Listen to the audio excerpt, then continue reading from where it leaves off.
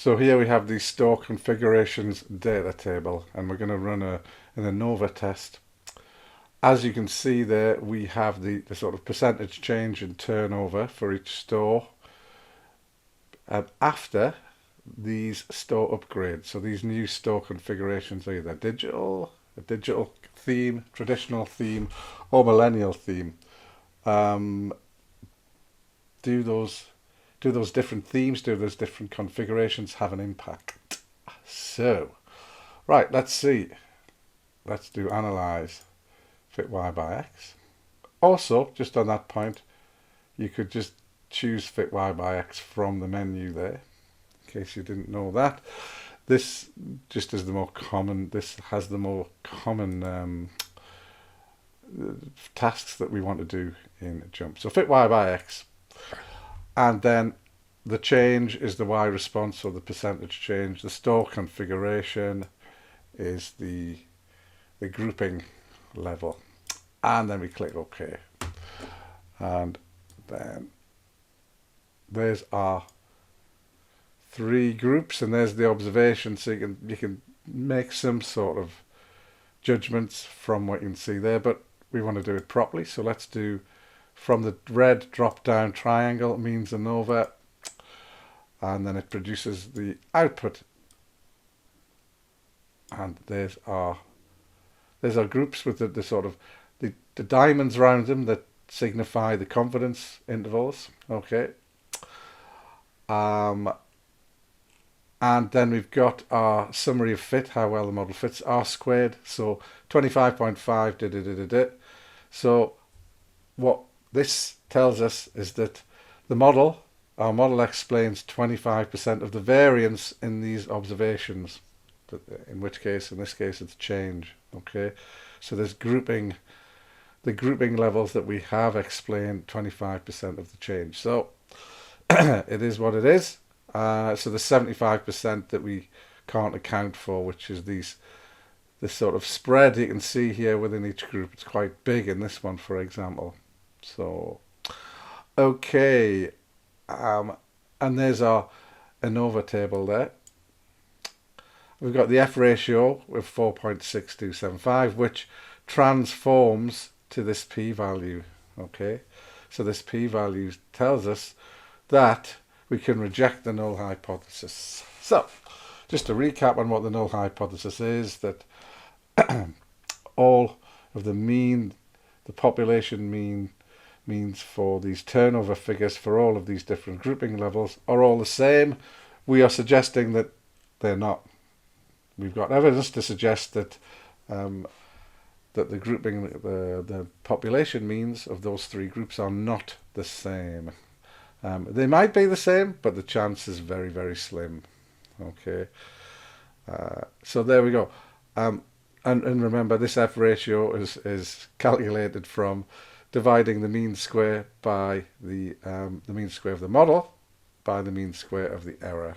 And I'm not going to get too much into the theory now, but just reminding you, and also the R squared is derived from dividing the sum of squares for the model by the overall sums of squares for the whole data. So 34 divided by 134 equals this guy here. 17.2 divided by 3.71 equals F ratio here. So yeah. All right, and then so in the assessment you report on R squared, on F ratio, the resultant p-value, and then you'd report on you might want to look at these confidence intervals as well. They might be of interest as well. If they're small, then that if they're narrow, relatively narrow, you've got a stronger model. If they're a bit wider and overlapping, then it's less emphatic. But nonetheless, we have it. Now, so there's our outcome. Now we still have to assess whether or not two things we need to do. We need to, given that we've got a p-value which is significant, which is less than 0.05, what we need to do now is find out where those differences lie. Are all of these groups different from each other? or are they different, or are just some pairings different? So although the null hypothesis is that all the means are the same, the alternative hypothesis is that just at least one of these pairs is different from each other. They don't all have to be different from each other, but at least one of them has to be different. And if they are all different, then you've got a fairly strong case for differentials of groups in the population. But nonetheless, how do we do that? We click on the drop down, the red drop down, and we say compare means, and we choose Tukey. So that accommodates for that compounding of the error rate, which we've discussed before, which I discussed in the last video. Yeah, so with the t-test, we've got an error rate of 0.05, but that's one comparison, one error rate, but that probabilistically compounds when you have more than two groups. So we've got 3 groups here, which leads to 3 comparisons. So that compounds things. Okay, that compounds the error rate. Anyway, all pairs, that. If that's still confusing, don't worry. Just know that you have to choose Tukey when you're comparing the means, and it adjusts. And then it gives us these 3 outcomes here. This means comparison. See, I know this can be a little bit confusing. We've got all of these things opening up, but means comparison. This is telling us where the differences lie, or where the difference lies in this case.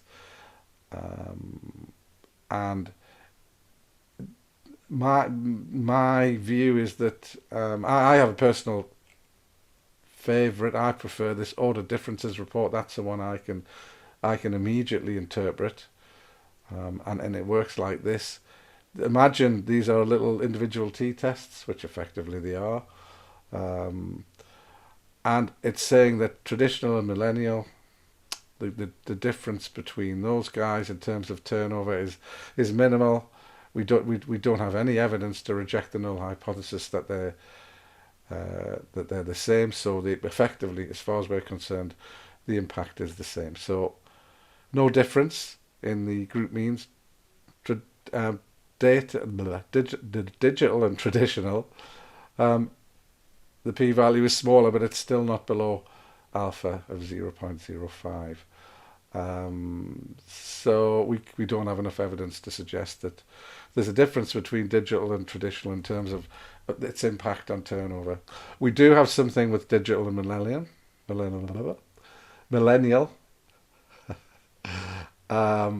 You can see that, yes, our sample indicates that we've got strong evidence that there is a difference in impact on turnover, because it's less than 0.05. There you go. When you're looking at these, it is interesting to look at the confidence intervals. How emphatic is that? Okay, the difference, the mean, the sample mean is 2.49, which is quite a big difference. We don't know what the population mean is.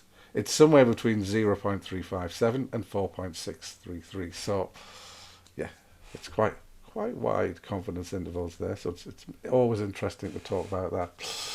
But there we go. So yeah, digital millennium, and that's represented also in the connecting letters report, where there's no common letter or no connecting letter. Digital is A, millennial is B, different letters.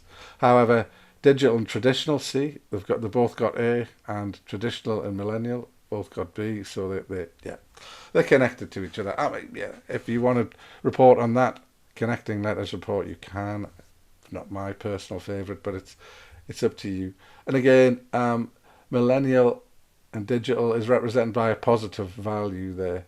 If they're negative, it means they're not significant, which means there's no difference between digital and traditional.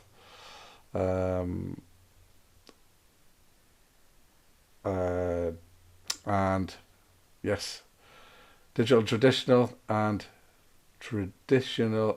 millennial.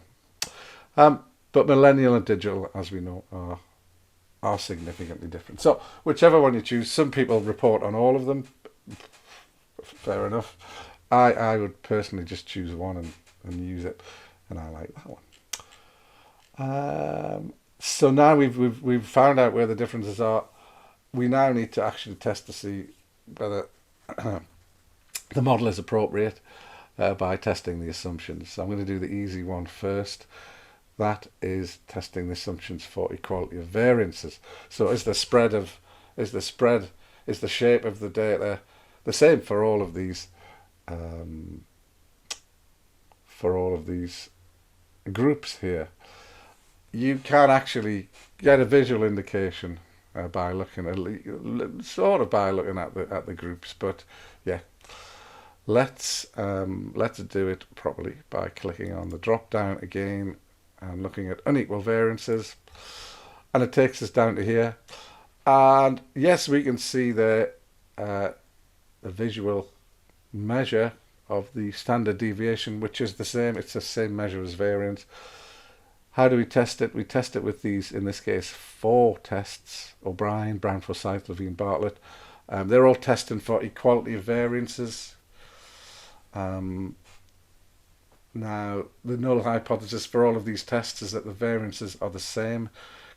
So, can we reject the null hypothesis in any case? No, we can't. So we are happily assuming that the variances are more or less equal. So equal enough to suit our tests. All right then. So yeah, we're good. The variances are equal. We can't reject the null hypothesis for equality of variances. So all good. The next one is around normality. Now it's a little bit different than, we can't just test for normality of the raw data, the grouped data. It's around the residuals. Okay, it's around the errors. So how do we do that? The first thing we do is drop down and we go save residuals. Okay, save residuals there. And if we go back to our data table, you'll see that.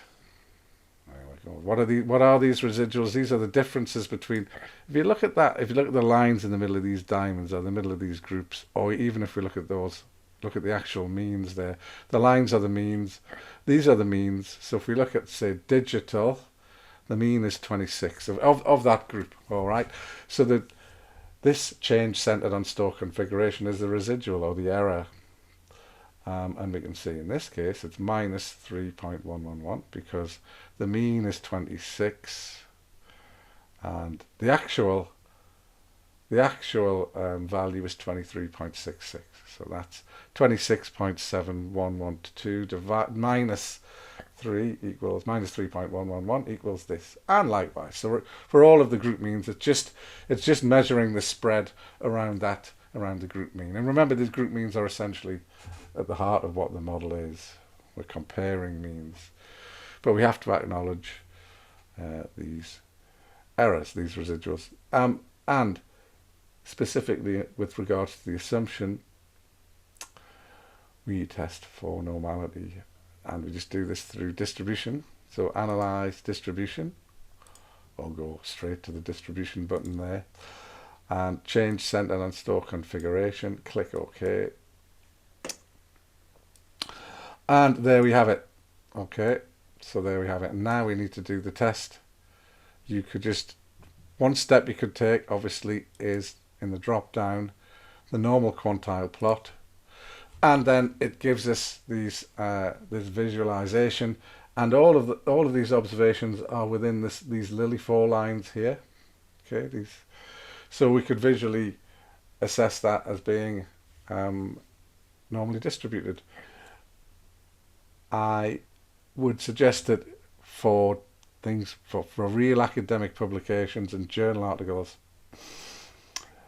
you don't tend to publish visualizations. You just publish the statistics that back up, or the statistical tests, which would be this. So I'm going to click on, first of all, drop down, then continuous fit normal, move down to the bottom there where it says fitted normal distribution, and then click again on the red triangle and choose goodness of fit.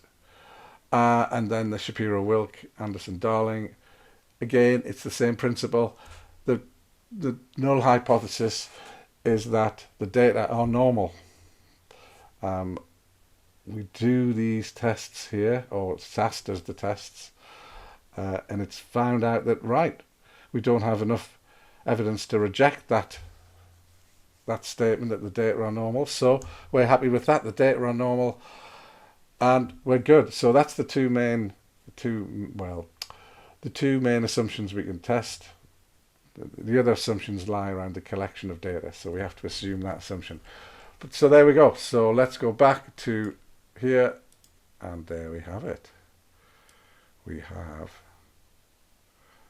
the outcome, and the outcome is that the digital millennial are significantly different. Okay. So what do we do with that? That's from a business point of view. Then decisions have to be made as to whether we roll out these configurations. Do we favour digital? I mean, I think the bigger story would be more complex than that, but these are the things you have to think about. But okay, thank you very much. Bye bye.